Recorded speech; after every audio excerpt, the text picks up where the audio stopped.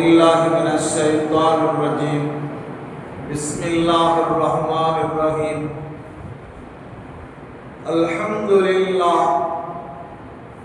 والشكر لله الحمد لله رب العالمين والعاقبة للمتقين والصلاة والسلام على سيدنا محمد دب الغدوانها وعافية الأبدان والشفائها ونور الأبصار وريائها وعلى آله وصحبه وسلم أما بعد فقد قال الله تعالى في القرآن العظيم أرسل بالحق بشيرا ونذيرا وداعيا إلى الله بإذنه وسراجا منيرا قال نبينا صلى الله عليه وسلم وأن تصوموا خير لكم. இறைவா, வித்துக்குள் நெடுமறைத்து வைத்தாய், அன்பு விளைகின்ற நிலமாக இதையும் வைத்தாய், முத்துதரை சுப்பிக்குள் வைத்தாய், நெஞ்சில் முந்து வரும் ஆசைகளை உறவில் வைத்தாய். இத்துணையும் படைத்திட்ட இறைவா, உன்னையே நாங்கள் போற்றுகின்றோம், புகழ்கின்றோம். அல்ஹம்துலில்லாஹ். சத்திய தூதர், சர்க்குண சம்பன்னர், சமாதான பிரியர், கண்மணி நாயகம் ரசூலுல்லாஹி ஸல்லல்லாஹு அலைஹி வஸல்லம் அன்னவர்கள் மீதும் அன்னவர்களின் குடும்பத்தார்கள் அன்னவர்களின் வாழ்க்கை வழிமுறைகளை தவறாது பின்பற்றி வாழ்ந்து சென்ற சத்திய சஹாபாக்கள், தாபிஈன்கள், தபா தாபிஈன்கள், சுகதாக்கள், முத்தகீன்கள், அவுலியாக்கள், அம்பியாக்கள் மீதும், குறிப்பாக இந்த ஜும்மாவுடைய மஜ்லிஸில் அமர்ந்திருக்கிற நாம் யாவர்கள் மீதும் மற்றும் இந்த ஜும்மா நேரத்தில் தங்களுடைய வேலைகளை எல்லாம் ஒதுக்கி வைத்துவிட்டு வீட்டில் இருந்து கொண்டு ஜும்மாவுடைய பயானை கவனத்துடன் கேட்டுக்கொண்டிருக்கிறார் எனது பாசத்திற்குரிய தாய்மார்கள், சகோதரிகள் அனைவர்கள் மீதும் அல்லாஹ்வின் கருணையும் கண்மணி நாயகம் ரசூலுல்லாஹி ஸல்லல்லாஹு அலைஹி வஸல்லம் அன்னவர்களின் ஷஃபாஅத்தும் என்றென்றும் எந்நாளும் எந்நேரம் எங்கும் நிலவட்டுமாக. சங்கையும் சங்கைக்குரிய அல்லாஹ்வின் நல்லடியார்களே, அண்ணன் நபியின் ஷஃபாஅத்துக்குரியவர்களே, உங்கள் அத்தனை பேர்களுக்கும் எனது இதயம் கரிந்த சலாமை உங்களோட இந்த சிறப்பான ஜும்மான வேளையிலே சமர்ப்பித்து ஜும்மாவுடைய உரையை ஆரம்பம் துவக்கம் செய்கிறேன். அஸ்ஸலாமு அலைக்கும் வரஹ்மத்துல்லாஹி வபரகாத்துஹு.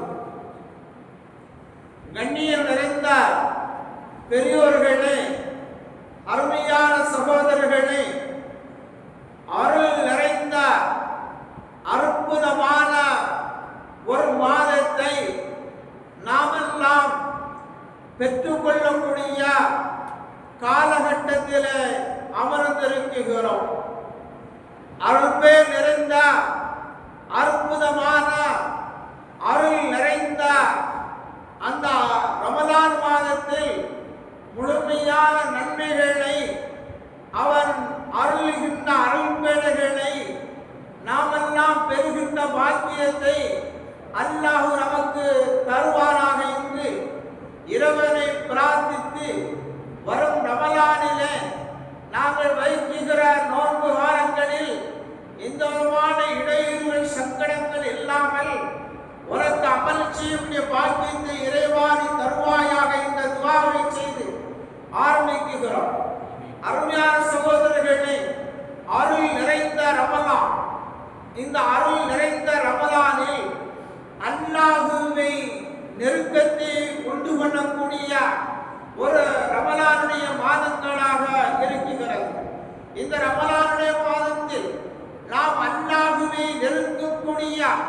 நல்ல அமல்கள், நன்மையான காரியங்கள் அவருக்கு செய்து அவருடைய நெருக்கத்தை நாம் பெற வேண்டும்.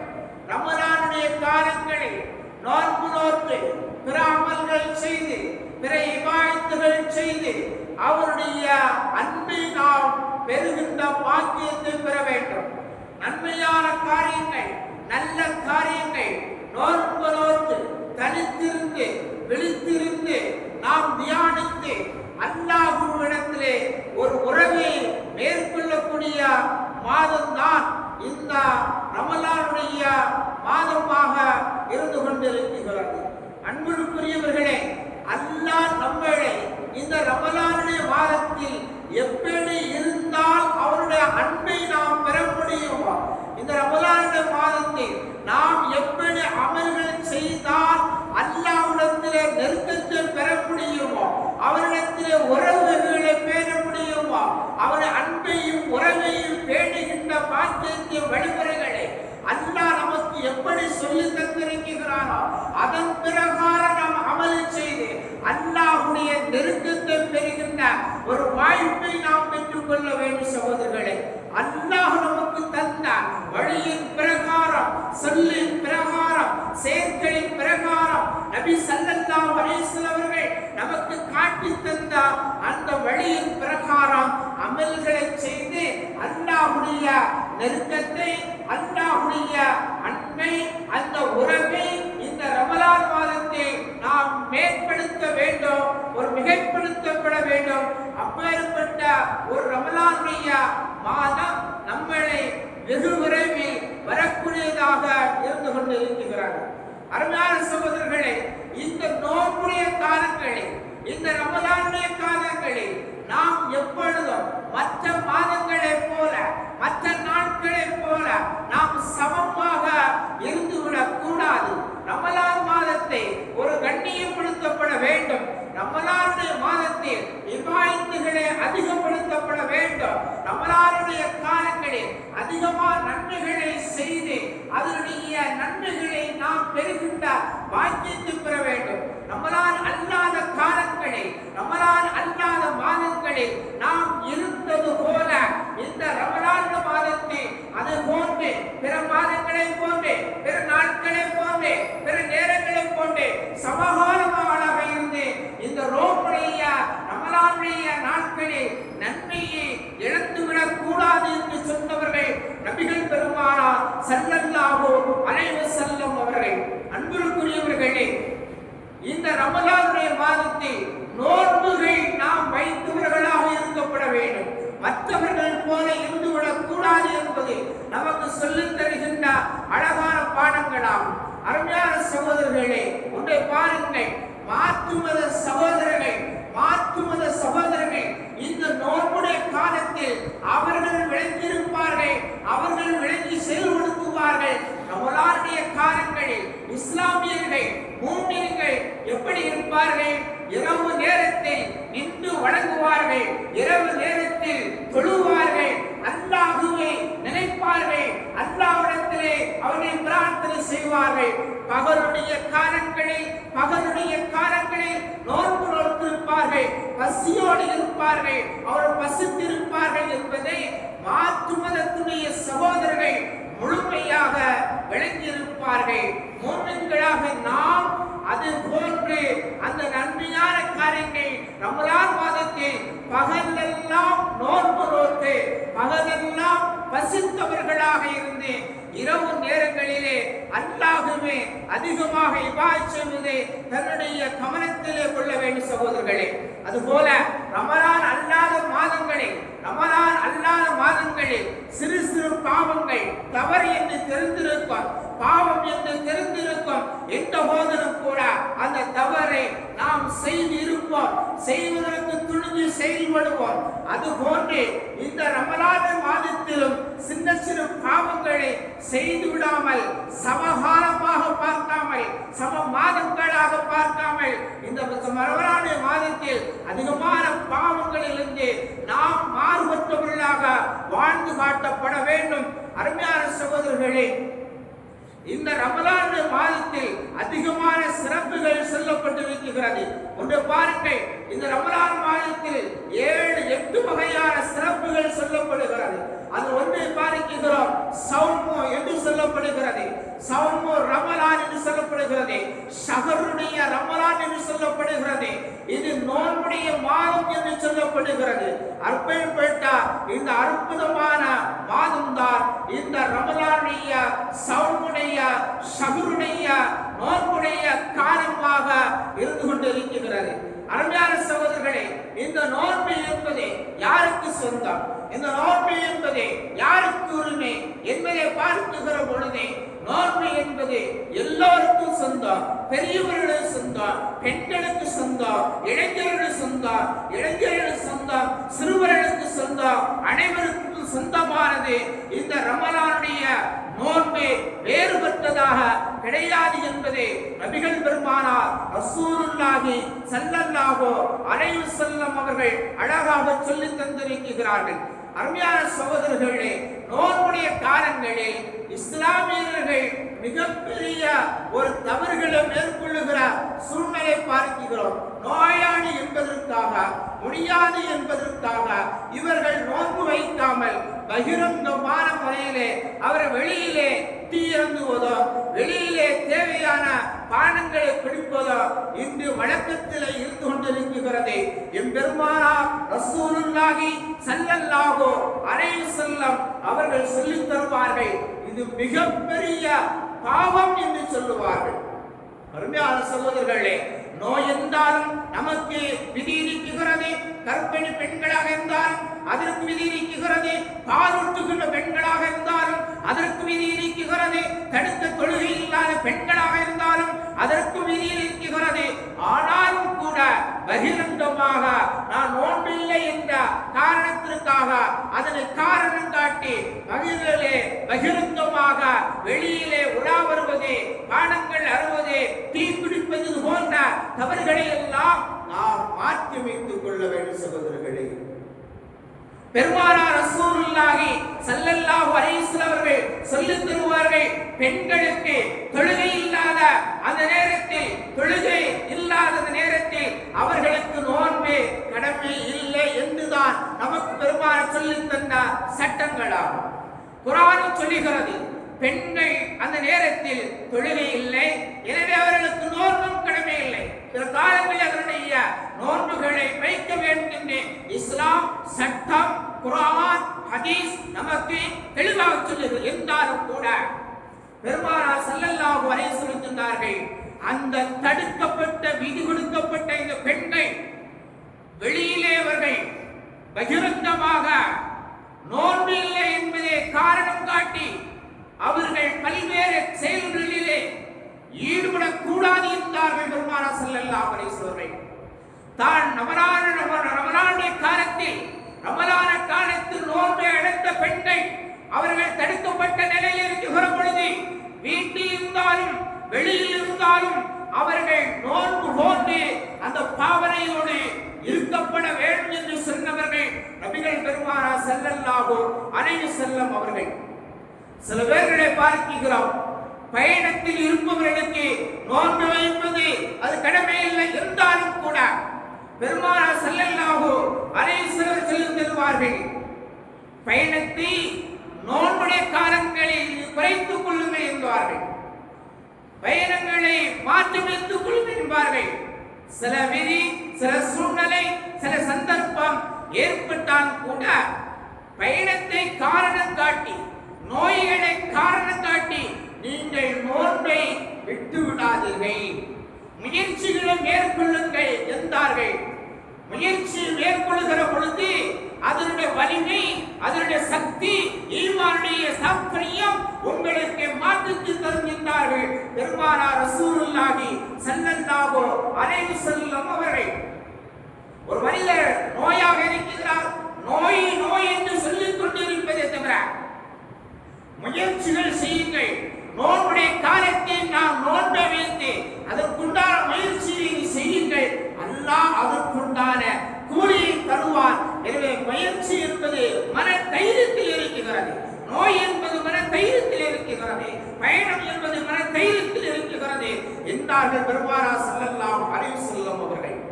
அருமையான சகோதரர்களே, ஆக இந்த விஷயத்தில் பார்க்கிற பொழுது நோன்பு பயணம் என்பது ஒரு தடை அல்ல, நோய் ஒரு நோன்புக்கு தடை அல்ல, மன தைரியம் தான் அதற்கு ஊட்டச்சத்தாக இருக்கிறது. வேலை பழுவை, தொழில் பழுவை, பயணத்தை, நோயை, பல்வேறு காரணங்களை நாம் சொல்லிக் கொண்டிருக்கிற நாம் மன தூய்மையுடன், ஈமானுடன், இஹ்லாசுடன் என்ன வந்தாலும் பரவாயில்லை, நான் நோன்பு வைப்பேன் என்ற உச்சகட்டமான அந்த உயர்வான ஈமானோடு, இஹ்லாசோடு, மன தூய்மையோடு, ஈமானோடு நாம் வைக்கிற பொழுது நோன்பிற்கு எதுவுமே தடையில்லை என்பதை பெருமானார் ஸல்லல்லாஹு அலைஹி வஸல்லம் அவர்கள் நமக்கு சொல்லித் தந்திருக்கிறார்கள். அருமையான சகோதரர்களே, ஒரு நெருப்பு வணங்கி அவுலியாக்களுடைய தரஜாக்களிலே, அந்த வரலாற்று சுவடுகளிலே எழுதப்பட்டிருக்கிறது. ஒரு நெருப்பு வணங்கி, ஈமானை ஏற்றுக்கொள்ளாத ஒரு பெரியவர், நெருப்பு வணங்கி மாற்று மத சகோதரர் சொல்றார். இவர் ஒரு பெரியவர். நோன்புடைய காலங்களில் தன்னுடைய மகன் அவர் வாலிபர் அல்ல, அந்த பெரியவருடைய மகன் சிறிய சிறுவராக இருக்கிறார். நோன்புடைய காலத்தை அடைந்த பொழுது பகிரங்கமாக உணவு அறிந்து கொண்டிருக்கிற சிறுவனை பக்குவப்படுத்துகிறார். எப்படி பக்குவப்படுத்துகிறார்? மூமின்கள், நாம சில முஸ்லிம் இல்ல, மூமின்கள் பகலில் நோன்பு வைப்பார்கள். இந்த நேரத்தில் நாம் பகிரங்கமாக நோன்பு நேரத்தில் சாப்பிடுவதும் உண்ணுவதும் அது கூடாது, பாவம் என்று தன் மகனுக்கு சொல்லி அந்த ரமலான் காலங்களிலே வளர்த்து வந்தார். முதல் காலத்தில் வளர்த்து சொல்லி வருத்த அந்த மாற்று மத பெரியவருடைய மகன் காலம் முழுவதும் ரமலான் மாதத்தில் பகிரங்கமாக சாப்பிடுவதோ உண்ணுவதோ கிடையாது. அந்த பெரியவர் மரணித்து விடுகிறார். அருமையான சகோதரர்களே, நோன்புடைய காலத்தில் நோன்பிற்குண்டான கூலி என்ன என்பதை அல்லாஹ்வே சொல்லுவான். ஒரு மனிதன் தொழுகிறான் என்று சொன்னால் அந்த தொழுகைக்குண்டான கூலி இந்த உலகத்திலே கிடைத்துவிடும், மறு உலகத்திலும் கிடைத்துவிடும். ஆக தொழுகைக்குண்டான கூலியை ரப்பல் ஆலமீன் அல்லாஹ் வழங்குகிறான். ஒரு ஜக்காத்து கிடைக்கிறான், அதற்குண்டான கூலி அல்லாஹ் கொடுத்து விடுகிறான். தான தர்மம் செய்கிறான், அதற்குண்டான கூலி அல்லாஹ் கொடுத்து விடுகிறான். எல்லா நன்மைக்கும் அல்லாஹ் அதற்குண்டான கூலியை கொடுத்து விடுகிறான். ஹஜ் செய்கிறார், ஹாஜிகளுக்கு அல்லாஹ் கூலி கொடுப்பதில்லை. என்ன தெரியுமா? ஹஜ் செய்யக்கூடியவருடைய அந்த ஹஜ் ஒப்புக்கொள்ளப்பட்ட ஹஜ்ஜாக மபூராக இருக்குமானால் அந்த ஹாஜிகளுக்கு அல்லாஹ் தீர்மானித்து விடுகிறான், இவர் சொர்க்கவாதி என்று தீர்மானித்து விடுகிறான். இந்த உலகத்தில் அவர்கள் எதிர்பார்க்க முடியாது.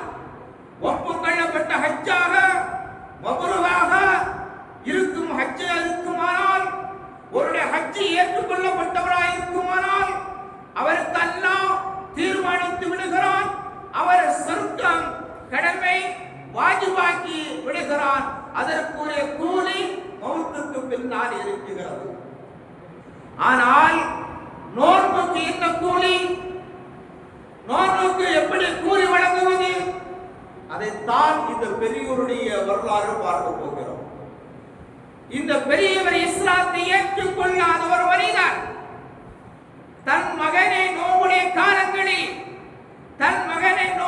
காலங்களில் பகிரங்கமாக உண்ணுவதையும் அவர் பிடிப்பதையும் தடுத்து அறிவுறுத்தி வளர்த்தார். மௌத்துடைய காலம் மௌத்துடைய காலம். அல்லாஹ் சொன்னான், மலக்குகளுக்கு சொன்னான், உயிரை கைப்பற்றக்கூடிய அந்த நேரத்தில் அல்லாஹ் சொன்னான், இந்த பெரியவருடைய சக்கராத்துடைய இந்த நேரத்தில், அவருடைய மௌத்துடைய கடைசி காலத்தை நீங்கள் எல்லோரும் சென்று சந்தைப்படுத்துங்கள், கண்ணியப்படுத்துங்கள் என்று அல்லாஹ் சொன்னார்.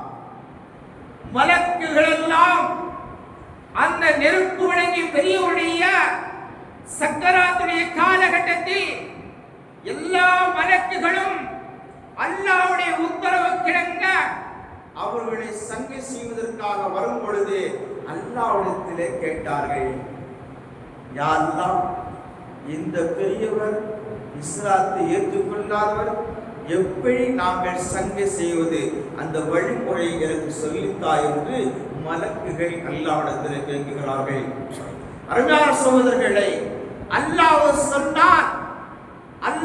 சொன்னான் நோன்புடைய காலத்தில் இவருடைய பிள்ளையை இவர் சட்டதிட்டங்களை சொல்லி பகலுள்ள காலங்களில் உண்ணக்கூடாது, பருகக்கூடாது என்பதை நோன்பை சங்கப்படுத்திய காரணத்தினால் அவருக்கு மௌத்துடைய நேரத்தில் ஈமானை கொடுத்து, கலிமாவை கொடுத்து, அவரை சங்கப்படுத்தி, அவரை மரணத்தை நீங்கள் ரூஹை கைப்பற்றுங்கள் என்று அல்லாஹ் அந்த பெரியவருக்கு நெருப்பு வணங்கியவருக்கு அவர் கேட்காமலேயே மௌத்துடைய நேரத்தில் ஹிதாயத்தை கொடுத்தார் என்று சொன்னால், இந்த நோன்புக்கு நானே கூலி இருக்கிறான். நோன்பு காலத்தில் நோன்பாளிகளுக்கு கூலி நான் கொடுப்பதில்லை, நானே கூலி என்று சொன்னால், ரப்பே கூலியாகிவிடும் என்று சொன்னால், ரப்பே இவருக்கு கிடைத்து விட்டால், சுருக்கம் கிடைச்சா என்ன, கிடைக்காத ரப்ப நமக்கு கிடைத்து விட்டான், ரப்ப கிடைத்து விட்டால் சொர்க்கம் நமக்கு உறுதியாகி விடுகிறது அல்லவா? நம்முடைய தேவையை அல்லாஹ்விடத்திலே கேட்கிற பொழுது அல்லாஹ் நமக்கு நிறைவேற்றி தருவான் இல்லையா? அல்லாஹ்வே நோன்பின் கூலியாக நமக்கு இருந்து கொண்டிருக்கிறான். அருமையான சகோதரர்களே, நோன்புடைய காலங்களில் நம்முடைய சகோதரர்கள் நிறைய பேர், உங்க பள்ளியில் எப்படின்னு தெரியல, எல்லாம் தொழுகையில் ஈடுபடும் நினைக்கிறேன், நிறைய பேர் சகர் வைப்பாங்க, சகர்லாம் சாப்பிடுவாங்க, விதவிதமான சாப்பாடுலாம் நல்லா சாப்பிடுவாங்க. சாப்பிட்டுட்டு காலையிலே பார்த்தா எல்லாம் டீக்கெல்லாம் இருப்பாங்க. இங்கே இருக்கம்மா இஸ்லாம்கள் நம்ம செங்கோட்டையில் பார்த்தோம்னா ஏகப்பட்ட டீ கடையில் பகிரங்கம்மா சகர்லாம் சாப்பிட்டுட்டு நோம்பான்னு சொல்லிட்டு அங்கே போய் உட்காந்து அவங்க பப்ளிக்கு டீ குடிப்பாங்க. எவ்வளவு பெரிய ஒரு மோசமான செயல் பார்த்தீங்களா? ஒரு நோன்பை சங்கப்படுத்திய ஒரு மாற்று மதத்தவர்களுக்கு அல்லாஹ் கடைசி நேரத்தில் அந்த கலிமாவை சொல்லுகின்ற பாக்கியத்தை தந்திருக்கிறானே. நோன்புடைய விதியும் சட்டத்தையும் விதிமுறைகளை எல்லாம் படித்த நாம் ரமலான் மாதத்தில் பகிரங்கமான தவறுகளை மேற்கொள்வோமையானால் நம்முடைய கடைசி கால மௌத்துடைய சக்கராத்துடைய நேரத்தில் என்னவாகும்? அல்லாஹ் பாதுகாப்பான், எல்லாருக்கும் அல்லாஹ் பாதுகாப்பான். எனவே அன்புக்குரியவர்களே, ரமலானுடைய மாதத்தில் முழுமையாக நன்மைகளை செய்ய வேண்டும், நோன்புடைய விதிமுறைகளை பேண வேண்டும். இரவு நேரங்களிலே நாம் அதிகமான இபாதத்தில் மேற்கொள்ள வேண்டும். சில பேர் பார்த்தீங்கன்னா சீக்கிரம் முடிச்சிடணும், பிடிக்க நல்லதான், ஏன்னா சீக்கிரம் போய் தூங்கி எந்திக்கணும், பிடிக்க நல்லதான். ஆனால் பெரியாருடைய வாழ்க்கையில் சொல்வார்கள், ஒரு மனிதன் சாதாரண நாளில் அறந்தர கைமை சூறாவை ஓதி தொழுவாரையானால் அந்த ரமலான் மாதத்தில் 10 தடவை ரமலானுடைய மாதத்தில் அறந்தர கைமை சூறாவை ஓதுங்கள், நேரத்தை அதிகப்படுத்துங்கள் என்பார்கள். காரணம் தெரியுமா? இது அல்லாஹ்வே கூலியாக இருப்பதனால் அதிகமான நன்மைகளை பெற வேண்டும் என்பதற்காக. எனவே அன்புக்குரியவர்களே, ரமலானுடைய மாதங்களில் அதிகமான நன்மைகளை செய்ய வேண்டும். நோன்புடைய காலங்களில் அதிகமான நோன்புகளை வைக்க வேண்டும். பகலில் எக்காரணத்தை கொண்டு எந்த சூழ்நிலையும் பகிரங்கமாக டீ குடிப்பதும் அருந்துவதும் கடைகளில் சாப்பிடுவதையும் தவிர்த்துக் கொள்ள வேண்டும். நோயாளி பயனாளி என்று சொல்வதை விட மன தைரியத்தோடு நாம் என்ன செய்யப்பட வேண்டும்? நோன்புகள் நோற்பதற்கு முயற்சி செய்யப்பட வேண்டும். அல்லாஹ் ரப்பல் ஆலமீன் நாம் அனைவர்களையும் ரமலானுடைய முழுமையான நன்மைகளை பெறுகின்ற பாக்கியத்தை அல்லாஹ் தருவானாக. அருமையான சகோதரே, ஒரே ஒரு நிகழ்வு முடிவுக்கு வந்து விடுகிறேன். குர்ஆன் இறக்கப்பட்ட வரலாறு எல்லாம் உங்களுக்காக தெரியும். ஸல்லல்லாஹு அலைஹி வஸல்லம் அவர்களுக்கு குர்ஆன் இறக்கப்படுகிற போதெல்லாம் எந்த அளவுக்கு அவர்களுக்கு கஷ்டங்கள் இருந்தது எதுவும் தெரியும்.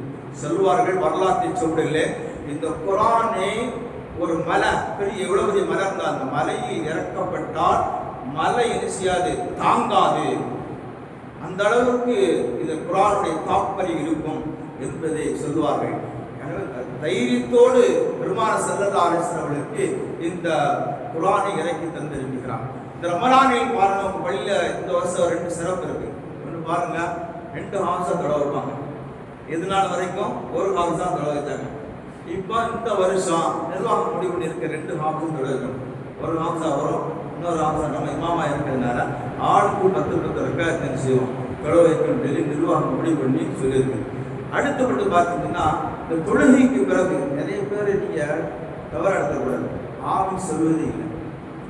நிறைய பேர் சாதாரண தொழில், ஒரு சில பேர் தான் அந்த மக்காவுக்கு போனாங்க, விஷயம் தெரிஞ்சு ஆமீன் சத்தம் வச்சிருந்தாங்க. நிறைய பேர் சொல்லுதில்லை, மனசுக்குள்ளே சொல்லுவியான்னு நினைக்கிறேன். ஆனால் நீ மனசுக்குள்ளே சொல்லுவியா, சத்தமாக சொல்லுங்கன்னு சொல்லுவாங்க.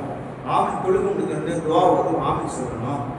அது பிறகு இந்த தராவி தொழுகைக்கு பிறகு தஸ்பீகள் இருக்குது. பக்கத்தில் பெரிய உள்ள சார், பக்கத்தில் பெரிய குறைந்த ஒரு ஜமாத்து. நான் இங்கே தராவி முடிச்சுட்டு அங்கே பயனுக்கு போவேன். அங்கே பார்த்து சொன்னால் அந்த தஸ்பீஹோட அந்த லாக இருக்கு பாருங்க, அல்லாஹ் அக்பர், உண்மையிலேயே அது ஒரு பரிபூர்ணமாக இருக்கும். அங்கே திரும்ப நான் போன நினைப்பேன். அந்த அளவுக்கு அந்த மக்கள் தஸ்பீஹ் குறைவான மக்களாக இருந்தாலும் கூட தஸ்பீஹ் சத்தமான பள்ளியாசில் வரும் ஜொலிக்க முடியும். ரமலானுடைய காலங்களில் இந்த வயசான ஆட்கள்லாம் வருவாங்க, ஜொலிக்கும், அழகாக இருக்கும். அந்த அளவுக்கு தஸ்பீஹ் அவர் ரையத்து வருவாங்க. நம்ம பள்ளியை இங்கே ஓதுன்னு நினைக்கிறேன், விசால நானும் ஓதுவேன். நாம் அதை எந்த மாற்றம், நான் தஸ்பீஹ் எந்த பள்ளியாசல் இருந்தாலும் நான் சத்தமாக ஓதுவேன், நீங்களும் சத்தமாக ஓதணும். இந்த வட்டம் இன்ஷா அல்லாஹ் பள்ளியில் சிறப்பு என்னங்க, 2 ஹாஃப்ஸாக்கள் தொலை வைப்பாங்க. இன்னொன்று தஸ்பீகை கொண்டு நீ எல்லாரும் அரங்கலிக்கப்பட வேண்டும். தஸ்பீக் எல்லாம் தயாரிக்கப்படுது. தமிழில் என்ன செய்யப்படுது, இந்த 2 வருஷம் அரபு. உங்க எல்லாத்துக்கும் அந்த புக்கை தயாரிக்கப்பட்டிருக்கு, 50 புக்கு தயாரிக்கப்பட்டிருக்கு. நீங்க எல்லாரும் வாங்கி அந்த தொழுகை முடிஞ்ச உடனே என் கூட நீங்க தஸ்பீஹ் ஓதணும். அடுத்து பெண்களுக்கு அவங்க பகுதியில் அவங்க ஓதணும் இல்லையா, அவங்களுக்கும் இந்த தஸ்பீஹ் புக்கு கொடுக்கப்படும். தேவையானவர்களுக்கு நீங்க வாங்கி கொண்டு கொடுத்துக்கலாம்.